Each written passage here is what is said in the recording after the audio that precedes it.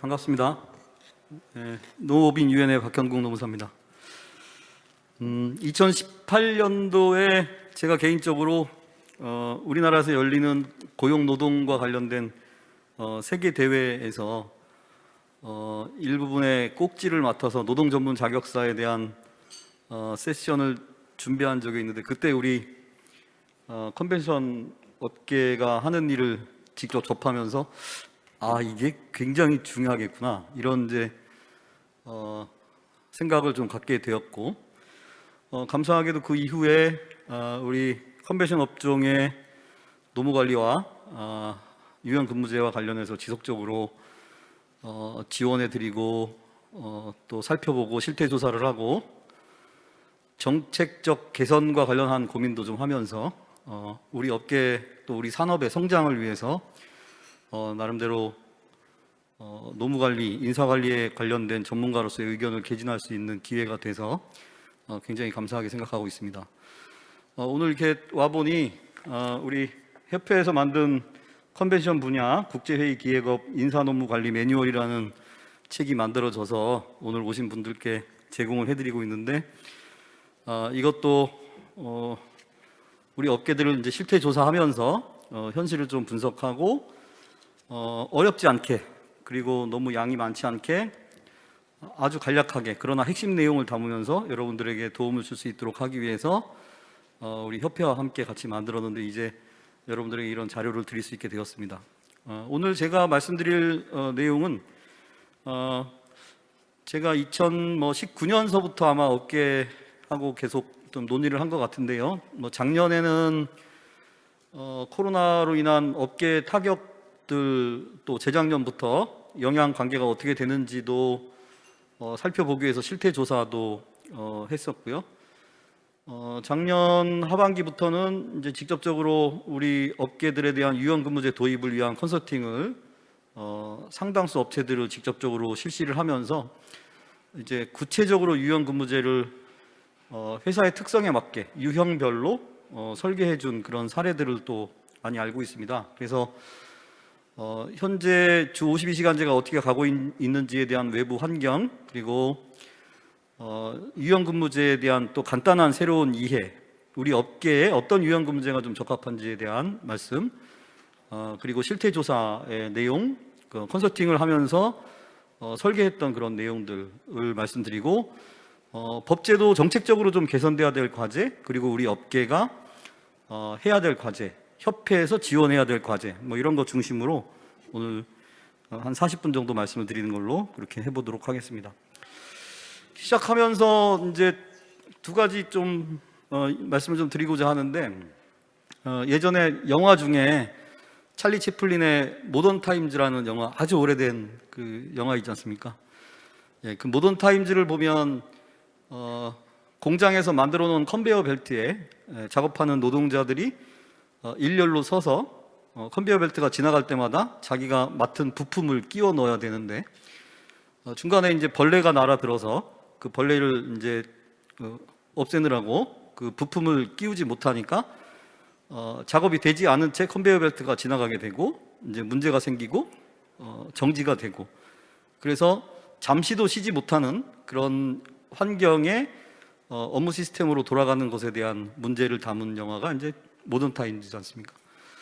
우리가 산업사회가 처음 만들어지면서 테일러의 과학적 관리론이라는 경영 이론은 모든 작업자의 권리를 관리자에게로 이전시킴으로 인해서 작업자를 수동적 주체로 만들고, 그 수동적 주체가 일을 잘할 수 있도록 하기 위해서 기업이 작업 형태를 설계하고 작업 환경을 잘 만드는 것이 필요하다. 그것이 기업의 성과를 많이 내는 것이다라는 게 우리 산업사회 자본주의에 아주 중요한 비중을 차지하게 되었던 것이거든요. 그것을 우리는 임금노동이라고 합니다.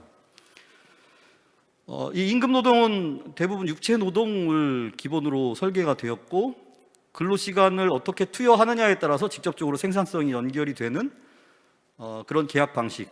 그래서 사업주가 생산성을 높이기 위해서 근로자의 노동력을 일정 시간 동안 확보해서 그 시간 동안 활용하면 그것이 생산성과 연계되는 그런 업무 형태였죠. 그런데 이제 기술이 발달되고 산업사회가 성장하고 4차 산업혁명 시대가 도래하면서 이제 과거의 그러한 노동 방식, 즉 근로시간 자체가 생산성과 직결되는 노동 형태의 방식은 대단히 줄어들게 되고요. 일하는 노동자의 두뇌에서 일하는 노동자가 조절해서 성과를 내는 그런 노동 형태가 앞으로는 대세로 가게 될 가능성이 많이 있습니다. 우리의 노동법은 임금 노동이라고 하는 것을 전제로 해서 근로시간을 규율하고 그 근로시간이 초과가 되면 거기에 대한 가산수당을 지급해야 하고 일정한 시간 이상을 넘기지 못하도록 제한함으로써 일하는 노동자들을 보호하고자 하는 방식이죠. 전형적인 임금 노동 하에서의 노동자 보호의 관점을 가지고 있습니다. 그러나 전문적인 업무를 하거나 사무적 업무를 하거나 기술, IT와 관련된 다양한 이러한 분야에서는 이러한 근로시간이 성과와 직결된다라고 하는 관점의 노동자 보호가 그리 부합하지 않을 수 있고요. 특히 우리 업계가 컨벤션 기획 업종의 업무가 대단히 전문성이 있고 일하는 분의 재량이 있는 이런 측면이라고 본다면 이 주 52시간제는 우리 업계에 굉장한 위기이기도 하고요, 압박이기도 하고, 그러나 이 주 52시간제를 우리 업계의 특성에 맞게 잘 세팅해 나간다면 새로운 시대를 대비하는 굉장히 훌륭한 근무 형태와 근무 환경을 조성하는 것이 될 수 있다, 이런 생각을 가지고 접근해야겠다고 먼저 말씀을 드려보겠습니다. 예, 첫 번째 이제 주 52시간제 도입 환경에 대한 분석인데요. 아시다시피 주 52시간제라고 하는 거는 휴일 근로를 연장 근로에 제한되는 12시간에 포함함으로 인해서 과거에는 휴일 근로는 12시간에 포함이 안 되기 때문에 40시간의 근로를 시키고 12시간의 연장 근로도 시키고 거기에 또 휴일 근로도 추가로 시킬 수 있어서 월요일서부터 금요일까지 40시간, 월요일서부터 금요일까지 12시간, 토요일, 일요일 16시간, 그래서 총 68시간까지 근무를 시킬 수 있었는데요. 이제 휴일 근로를 연장 근로 12시간 제한에 포함시키니까 죽었다 깨어나도 월요일서부터 일요일까지 근무를 시킬 수 있는 시간은 52시간으로 제한이 될 수밖에 없는, 이게 이제 52시간제의 강력한 법 개선 내용이죠. 2021년 7월서부터 근로자 수 5인 이상 사업장에게 전면적으로 시행이 되었습니다. 작년 7월이죠. 예. 다만 올해 말까지 근로자 수 30명 미만인 사업장의 경우에는 근로자 대표와 서면 합의를 하면 8시간의 추가 근로가 가능하도록 특례를 두어놨기 때문에 올해 말까지는 근로자 수 5명 이상인 사업장은 60시간까지 근무를 시킬 수는 있습니다. 어찌됐건 그러한 특례를 제외하면 이제 우리 컨벤션 기획 업종의 회사들도 작년 7월서부터는 기본적으로 주 52시간제가 적용되는, 즉 특정 주에 월요일서부터 일요일까지 다 합쳐서 52시간을 넘지 않도록 관리를 해야 되는 법 제도하에 있다는 거죠. 그런데 실제로 실태조사 해보면 우리 컨벤션 기획 업종은 행사가 집중되고 행사가 실행 단계로 들어갔을 때는 근무 시간이 급격하게 증가하기 때문에 도저히 어떠한 경우에도 52시간제를 맞추라라고 하는 것은 우리 업계에서는 불가능한 일이라고 보여집니다. 어떻게 할 것이냐, 이런 상황에서 우리는 어떻게 대응할 것이냐, 과거처럼 그냥 근로시간이 어떻게 되든 근로시간을 관리하지 않는 그런 방식을 그냥 계속 그냥 유지하고 있을 것이냐, 이런 부분에 대해서 생각할 때가 된 거죠. 올해 1월부터 바뀐 또 하나의 주 52시간제 관련된 결합된 법 개정 내용은 관공서 공휴일이 법정 휴일이 되었다는 것입니다. 과거에는 관공서 공휴일은 공무원에게만 적용되는 법정 휴일이었고 민간 기업에게는 법정 휴일은 아니었습니다. 따라서 이러한 관공서 공휴일을 휴일로 운영할 때 우리 기업들 중에는 연차 휴가로 대체를 한다든지 일정한 부담이 되지 않는 형태로 이 휴일을 운영할 수 있는 여지도 있었습니다. 그러나 올해 1월부터는 이 관공서 공휴일이 근로자 수 5명 이상인 사업장에는 법정 휴일이 되었기 때문에 기존에 이러한 관공서 공휴일을 연차 휴가로 대체했던 사업장에서는 이제 그 대체 효력은 없어지고 순전히 부담이 되고 이날 일을 시키면 휴일수당이 지급돼야 되는 이런 상황으로 바뀌었다는 거죠. 아까 말씀드렸듯이 그 특례와 관련된 소규모 사업장의 8시간 특례도 이제 줄어드는 상황으로 가면서 올해 들었으면 이제 올해 말까지 가면 완전히 이제 주 52시간제 거의 모든 사업장이 편입될 수밖에 없는 상황이 되고 있다라는 환경도 있습니다. 2021년 7월서부터 주 52시간제가 5인 이상 사업장에 적용되면서 고용노동부는 근로감독 계획, 지도 점검과 관련된 계획을 발표했는데요. 다행히도 작년에는 300명 이상 사업장을 중심으로 주 52시간제를 지도 점검하겠다는 발표를 한 바가 있습니다. 실제로 제가 자문하고 있는 300명 이상 사업장, 대기업이죠. 거의 대부분 근로감독과 관련된 주 52시간제 지도 점검이 나왔습니다. 그리고 그 지도 점검들을 다 받게 되었고요. 그렇다면 올해는 고용노동부는 어디로 갈 것인가? 고용노동부 2022년 업무 보고에 보면 2022년 1월 중에 2022년도 근로감독 종합계획을 준비해서 2020년 1월 말에 발표를 할 것이고, 소규모 기업 중심으로 50시간대 지도 점검을 들어가겠다라고 하는 부분들을 업무 보고 때 발표한 바가 있습니다. 이제 30명 미만 사업장의 주 52시간대의 지도 점검이 2022년에는 이제 나가게 될 것입니다. 따라서 대비하지 않은 상태에서 지도 점검을 맡는 것은 상당한 위험성과 리스크를 발휘하게 될 것이다라고 볼 수 있겠습니다. 결과적으로 우리 업계의 근로시간과 관련된 외부 환경은 이러한 주 52시간제에 대한 근로기준법의 개정 내용, 관공서 공휴일의 법정 이유라, 또 하나의 굉장히 큰 변화는 기존의 포괄임금제라고 했던 사무직 종사자 또는 전문직 종사자들에 대해서 근로시간을 일일이 따지지 않도록 해석했던 과거의 입장에서 사무직이나 전문직도 이제 근로시간을 일일이 따져야 될 필요가 있겠다라고 하는 방침으로 고용노동부가 입장을 전환하면서 이제 우리 행사기획업종에 있어서도 기업이 직원들의 근로시간을 관리하고 체크해야 되는 상황으로 갔다는 것이 또한 굉장히 큰 변화입니다. 그래서 과거에는 직원의 출퇴근 기록지를 갖고 있지 않으면 기록이 없으니 근로시간을 따질 수 없겠다, 이렇게 이제 보기도 했었는데 지금은 그렇게 안 됩니다. 지금은 왜 근로시간의 관리 기록을 갖고 있지 않느냐, 사업주가 그걸 관리해야 될 책임이 있는데 그걸 안 했다고 하는 것은 책임을 방기하는 것이기 때문에, 그렇다면 이제 근로자들이 주장하는 것들이 있으면 그것을 인정하겠다라는 쪽으로 갑니다. 관리를 해야 되는 상황이 됐다라는 것이 이제 어려운 문제이죠. 이와 같은 환경 속에서 이제 우리 업계가 어떻게 대응해야 되느냐라는 것이 굉장히 중요한데요. 이미 제가 2년 전서부터 그렇기 때문에 주 52시간제 대비를 위한 준비를 지금서부터 해나가자라는 말씀을 계속 드렸었고, 협회에서 이를 받아서 관련된 실태조사서부터 노무관리 매뉴얼 그리고 컨설팅 지원까지 지금 이제 진행되고 있고, 적지 않은 업체들이 지금 이러한 컨설팅 지원을 통해서 유연근무제 도입을 위한 고민을 하고 있는 상황입니다.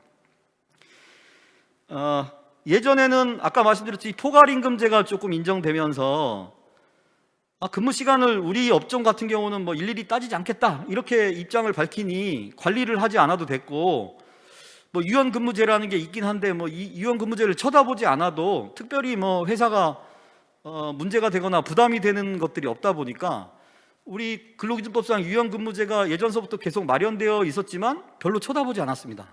그런데 이 포괄임금제에 대한 해석의 변경, 그리고 휴일근로에 포함 관공서 공휴일 유급 휴일이 되면서 이제는 절대적으로 활용할 노동력 시간의 부족, 감소, 그리고 근로시간 관리 책임의 발생으로 인해서 이제 유연근무시간제를 쳐다볼 수밖에 없는 그런 상황으로 갔고요. 그래서 이전 2년서부터 지금 기업체들의 현황을 보면 대체로 거의 다수의 기업에서 이미 유연근무제를 도입했고, 이 유연 근무제의 적정 운영을 위한 전산 프로그램까지도 연계를 해서 이 관리에 대한 부담도 덜어가는 그런 부분들, 그리고 나서 이제 1, 2년 지난 지금 시점에서는 유연 근무제 도입에 대한 성과를 평가하고 한계를 점검하고 이후 개선 방향을 통해서 더 나은 결과물을 만들기 위한 논의를 하고 있는 상황으로 발전하고 있습니다. 제가 얼마 전에 모 연구기관에 가서 1년간 진행한 유연 근무제 도입에 대한 성과를 분석하고 그것을 직원들과 설명회를 통해서 공유해서 개선점을 찾아가는 그런 시간을 가지고 왔습니다. 그러니까 그렇게 가고 있는 상황인 것을 고려해서 우리가 유연 근무제를 이제 잘 좀 파악해야 되는데요. 유연 근무제 중에 우리가 조금 좀 끌렸던 유연 근무제 중에 탄력적 근무 시간제가 있죠. 이 탄력적 근무 시간제는 기간이 3개월 이내에서 맞출 수 있기 때문에 우리에게 약간 이제 매력적인 제도라고 보여지긴 했습니다. 우리가 일일 8시간, 일주 40시간이라는 기준 시간이 있고 그것을 넘기면 연장 근로가 돼서 가산수당이 발생됩니다만, 탄력적 근로시간제를 합의하게 되면 일정 기간 동안에 평균을 내서 법정 기준 시간을 넘지 않으면 특정 일 또는 특정 주의 근로시간이 8시간 또는 40시간을 넘더라도 연장 근로가 아닌 것으로 보는 제도, 이게 이제 탄력적 근로시간제입니다. 따라서 일이 많을 때는 많이 하고 적을 때는 적게 하는 형태가 임금과 보다 밀접하게 연결이 될 수 있기 때문에 유연하게 노동력을 활용할 수 있는 장점이 있죠. 그런데 이 탄력적 근로시간제의 기본 그 성격을 잘 보면 이 탄력적 근로시간제는 근로시간의 설계를 누가 하느냐 하면 회사가 하는 겁니다. 교대제 근무나 운송업체들과 같이 이 근무 형태의 설계, 근무표, 스케줄의 설정, 이 권한이 회사에 있는 거거든요. 그래서 탄력적 근로시간제는 근로시간의 설정 권한을 근로자에게 넘기질 않습니다. 재량을 근로자에게 주는 제도는 아니거든요.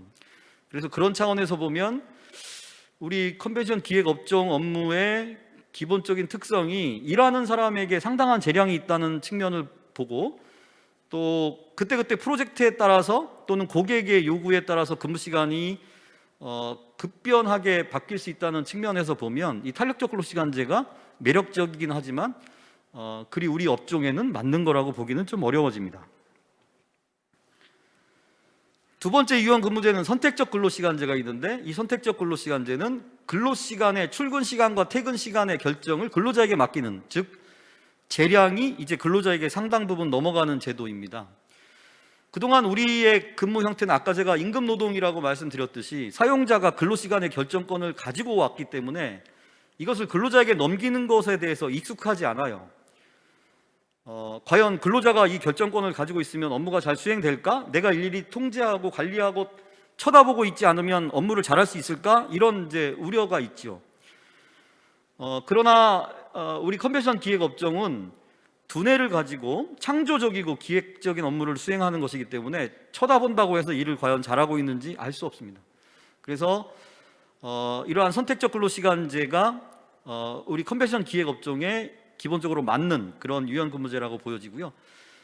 사용자의 근로시간 재량도 선택적 근로시간제에서는 도입할 수 있는데, 그것이 바로 뭐냐면 기본적으로 필수적으로 근무해야 될 필수 근무 시간대를 정하게 되면 이 근무 시간대는 무조건 근무해야 되니까 사용자는 나름대로 일정 시간에 대한 재량을 가져가고 근로자에게도 상당한 재량을 주고 일정 기간 동안 평균적인 근무 시간을 초과하지 않으면 부담이 되지 않는 이런 제도가 이제 선택적 근로시간제죠.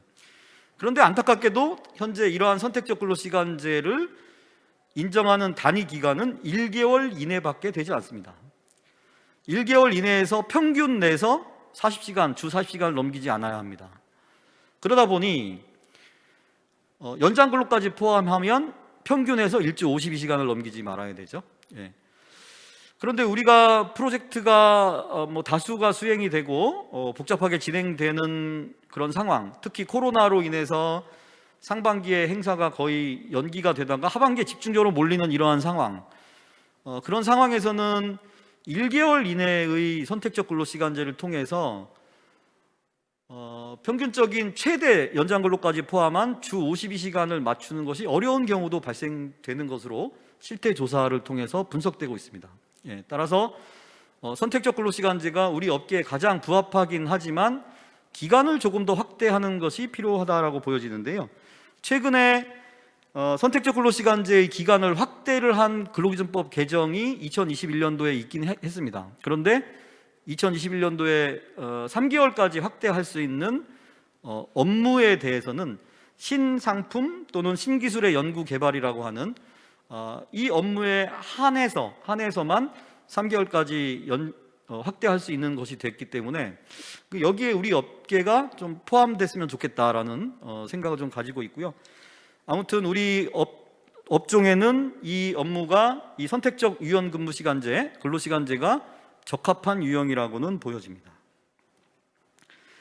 보다 나아가서 일하는 사람들이 창의적이고 전문적이고 재량을 가지고 있다라고 하는 업무와 관련해서는 재량 근로시간제가 있는데요. 이 재량 근로시간제는 거의 근로자에게 근로시간의 결정권에 대한 재량을 광범위하게 주기 때문에 거의 위임 계약과 유사한 형태의 유연근무제입니다.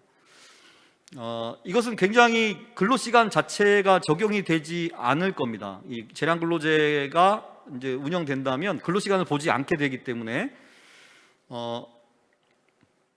회사나 근로자나 이제 근로시간과 관련된 분규는 없을 거예요. 그런데 자칫 잘못하면 일을 많이 하고 또 사용 지휘 감독하에서 일을 함에도 불구하고 근로시간에 대한 초과 근로에 대한 수당을 못 받는 불이익이 발생될 수 있으니 현행법 하에서는 이 재량 근로제가 적용되는 업무를 근로기준법 시행령으로 구체적으로 명시하고 있습니다. 아까 얘기한 3개월 단위의 선택적 근로시간제인 신상품, 신기술 연구 개발, 인문사회과학, 자연과학 분야의 연구 업무, IT, 정보처리 설계, 분석 업무, 출판, 기사, 취재, 편성, 편집 업무, 의복, 실내장식, 공업, 광고, 디자인, 고안 업무, 방송, 프로듀서, 감독 업무, 기타 전문가, 저 같은 전문가가 의뢰인의 위탁을 받아서 하고 있는 이런 형태의 업무들은 재량 근로제의 대상이라고 되어 있습니다. 이러한 그 시행령의 조항을 보면 우리 컨벤션 기획업종, 국제회의 기획 업무는 여기에 지금 포함되지 않는 것으로 해석이 되고요.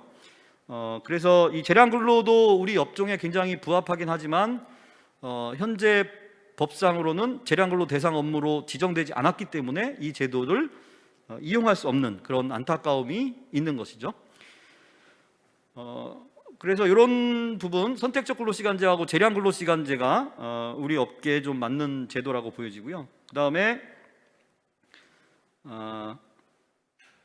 간주 근로시간제라고 있는데요. 이 간주 근로시간제도 이제 앞으로 더욱 필요한 유연근무제인데요. 왜냐하면 재택근무제가 앞으로 굉장히 활성화될 거기 때문입니다. 이번 코로나 때문에 활성화되긴 했는데요. 이 재택근무제도 그동안 많이 시행하지 않았던 게 과연 집에서 근무하게 시키면 일을 할 것인가, 성과가 날 것인가가 불안했기 때문에 과감하게 진행하지 못했지만 코로나 때문에 어쩔 수 없이 재택근무를 했던 경험이 축적이 되고 재택근무를 통해서도 성과가 어느 정도 나는 것을 경험하면서 이제 이러한 형태의 근무를 우리 업계에서도 지금 확대하고 있는 것이 보여집니다. 그러면 이 재택근무제 하에서는 기업이 근로자의 근무 시간을 일일이 확인할 수 없기 때문에 과연 어디서부터 어디까지 근무를 했느냐 이런 것이 굉장히 논쟁이 될 수 있죠. 그래서 그런 경우에는 이러한 간주 근로시간제로 해서 뭐 하루 8시간 근무하는 것을 한다라고 하는 합의를 아예 만들어 놓으면 근로시간과 관련된 분쟁이 없게 되고요. 지역에 출장을 간다. 우리 출장 되게 많이 가잖아요. 행사장 답사도 해야 되고 또 고객에 협의를 하기 위해서 공공기관에 들어가야 되고 정부에도 들어가야 되고 이런 경우, 그리고 또 영업직이나 뭐 AS 수리하시는 분들 같은 경우들 외부에서 다 일하시는 거니까, 그래서 그런 분들은 이제 회사가 근로시간을 직접적으로 관리할 수 없으니까 이럴 때는 이제 간주 근로시간제를 운영해 놓으면 되거든요. 그래서 이런 것들이 유연근무제가 있는데 이제 이런 것들을 쳐다봐야 되고, 우리 컨벤션 기획업종은 지금 현실적으로 재량근로는 적용할 수 없으니 그러면 우리 업무에 맞는 재량근로제는 선택적 근로시간제와 간주 근로시간제다. 네. 그래서 그 두 개를 결합시키는 유연근무제를 도입하셔야 되는 거라고 보여지고, 컨설팅에도 이 부분을 집중적으로 지금 접목시키고 있습니다. 2020년도 말서부터 2021년 초까지 우리 업계의 유연근무제 도입 현황, 근로시간 실태, 또 거기에 대한 수당 지급의 방식, 뭐 이런 것들을 설문조사를 통해서 분석을 하고 그걸 이제 발표한 바가 있는데요. 우리 업계는 사전에 고정 시간의 수당을 포괄적으로 책정하고 있는 업체들이 많았습니다. 그래서 뭐 40시간의 기준 근로에 연장 근로까지 포함해서 52시간까지 근로를 주에 시킬 수 있다면 일주에 연장 근로 12시간을 다 시간의 수당으로 책정해 놓고 있는 회사도 있고요. 뭐 5시간만 책정하는 데도 있고 책정하지 않는 데도 있고, 이렇게 업체마다 시간의 수당을 책정하느냐는 많이 좀 차이가 있었다고 보여지고요. 사후적으로 시간의 근무 수당을 지급하느냐와 관련해서는 많지는 않았습니다. 사후적으로 근무 시간을 막 산정해서 시간의 근무 수당을 지급하는 경우는 별로 없었습니다. 그거는 바로 우리 업종의 특성을 보여주고 있는 건데요. 임금과 근로시간이 민감하게 연결되는 형태가 되면 근로자는 근로시간을 더 길게 해서 수당을 더 받고 싶어 하고, 그러면 빨리 끝내려고 하지 않고 뭐 이런 이제 부작용이 있을 수 있다 보니까, 그래서 근로시간과 민감하지 않는 급여 체계를 가져가려고 하는 것 같습니다. 추가 근로가 임금과 민감해서는 안 되기 때문에 역시 휴일 근로가 있을 수 있습니다. 행사 같은 것들이 휴일날 많이 있게 되는데, 공휴일에 또는 일요일에 행사를 하게 되면 행사에 대한 수당을 주는 것이 아니라 대휴를 주는 것으로 해서 관리하는 것이 업계의 관행이었습니다. 이것 또한 우리 업무의 특성을 보여주는 것인데, 휴일 근로가 임금과 민감하게 연결되는 것은 성과를 내는 우리 업무 특성과 연계되지 않기 때문에 그런 방식을 선택하지 않고 있었다라고 저는 평가하고 있습니다. 연차 휴가도 일반적인 제조업체나 다른 업체는 연차 휴가 중에서 사용하지 않은 휴가가 있으면 연말에 수당으로 지급하는 경우가 많은데요. 우리 업계 대부분은 연차 휴가가 사용하지 않았다고 해서 수당으로 지급하는 경우는 많지 않았습니다.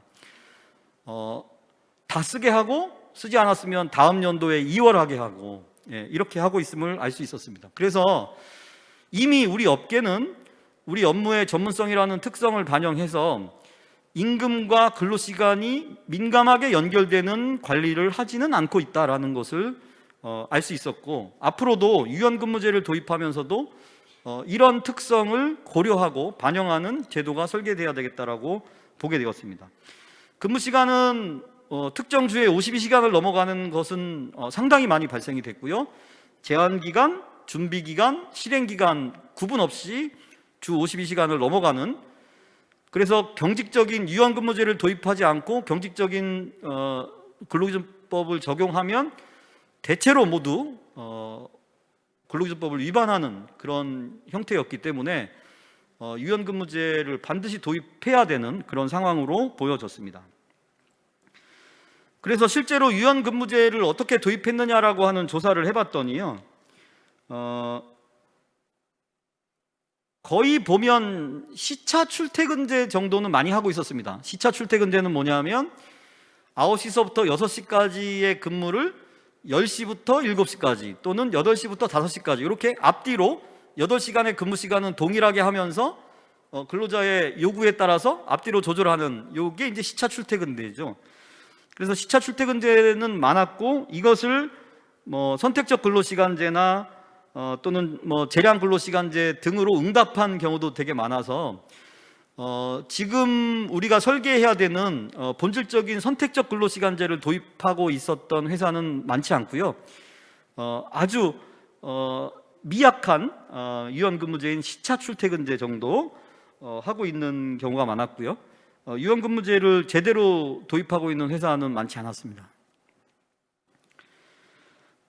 그래서 그런 상황에서 이제 작년 하반기부터 우리 협회에서 주 52시간제 유연근무제 컨설팅 지원 사업을 전개해서 제가 적지 않은 기업에 들어가서 실제로 인터뷰와 컨설팅을 진행하면서 실태가 어떻게 되는지를 상세하게 좀 볼 수 있는 기회가 있었는데요.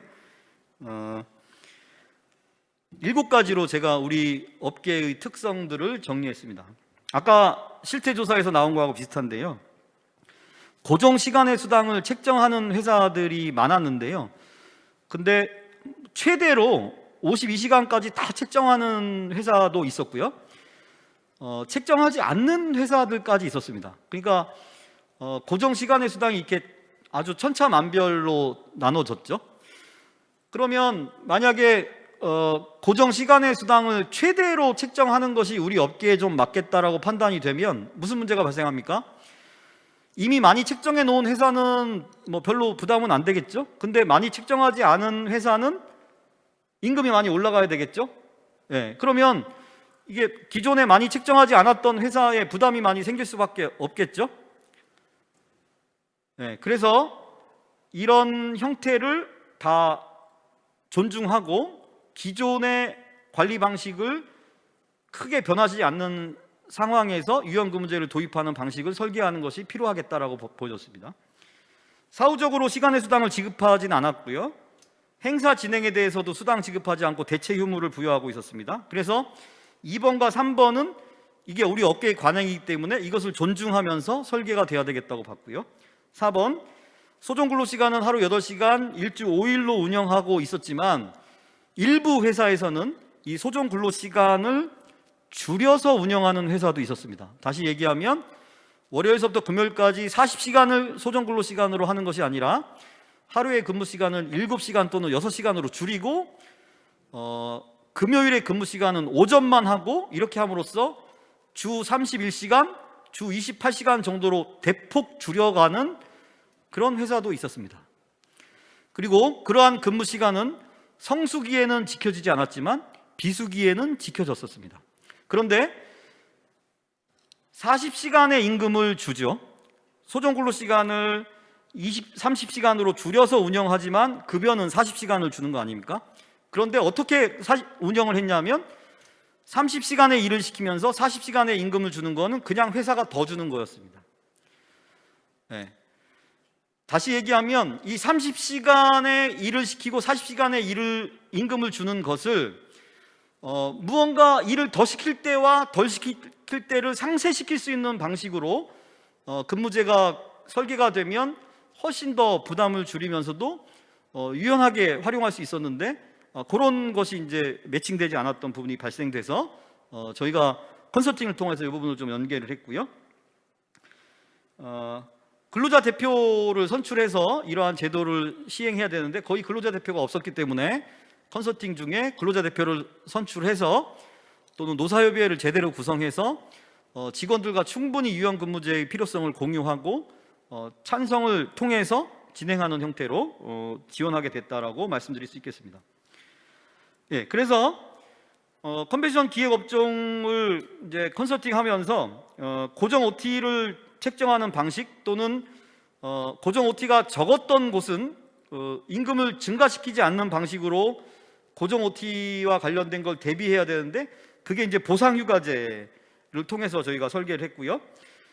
재량근로제나 선택적 근로제가 적합한데 재량근로제는 아직 안 되니까 선택적 근로시간제를 설계를 해드리는 걸로 했고요. 대휴제도와 관련해서도 대휴라고 하는 거는 행사하느라고 고생했으니 그 피로를 풀어라고 하는 측면이라고 보면 행사를 했을 때와 근접한 시기에 대휴를 쓰게끔 하는 게 좋아서 일단 기본적으로는 근접한 시기에 대휴를 쓰게끔 하는 원칙을 좀 인사관리로 가져가게 해드렸고 불가피한 경우에 이제 비수기에 사용할 수 있도록 하는 부분으로 했습니다. 간주근로시간제 도입하게 해드렸고요. 예. 그래서 구체적인 그 설계 내용을 제가 보면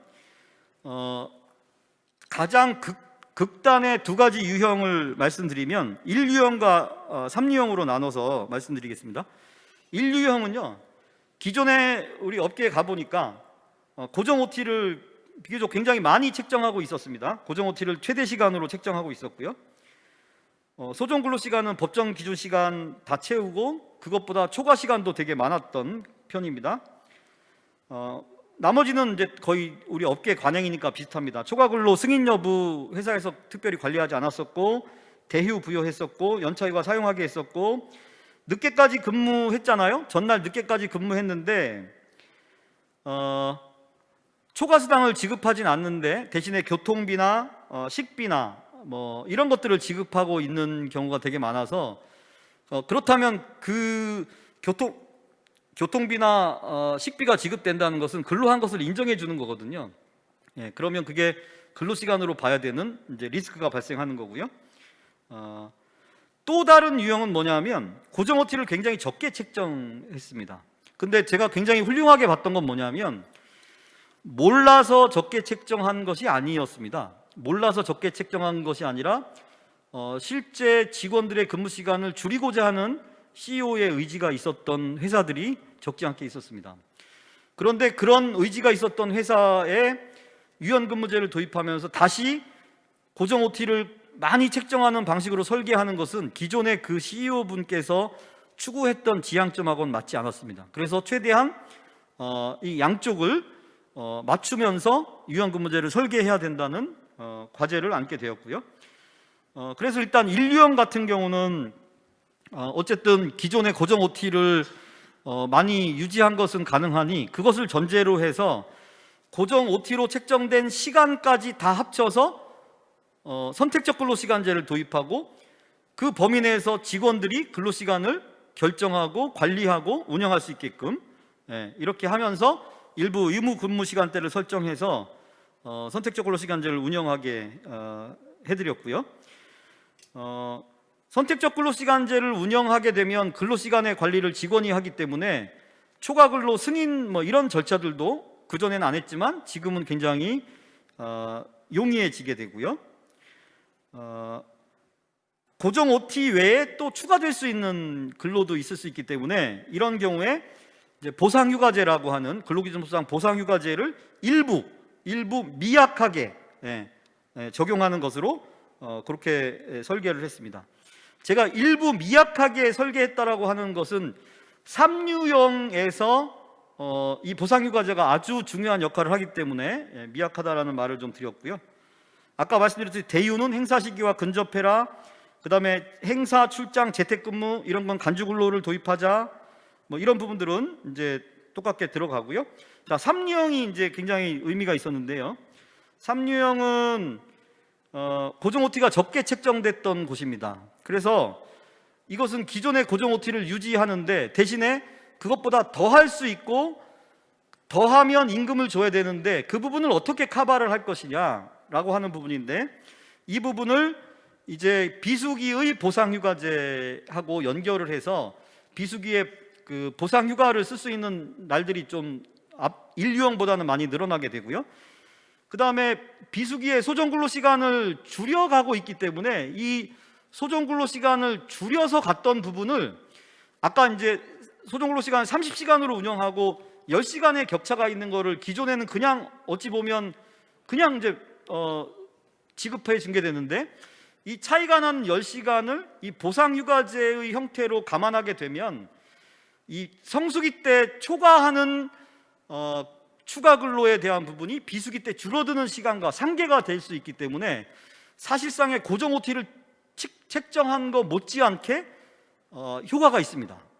그래서 비수기에 대한 활용이 체계적으로 마련이 될 수만 있다면 고정 OT를 많이 책정하지 않고 이 보상휴가제라고 하는 부분들, 또 소정근로시간을 비수기 때 줄여가는 부분들로 해서 성수기와 비수기의 이 근무시간 변화 문제를 매칭시킬 수 있었던 장점이 있었고요.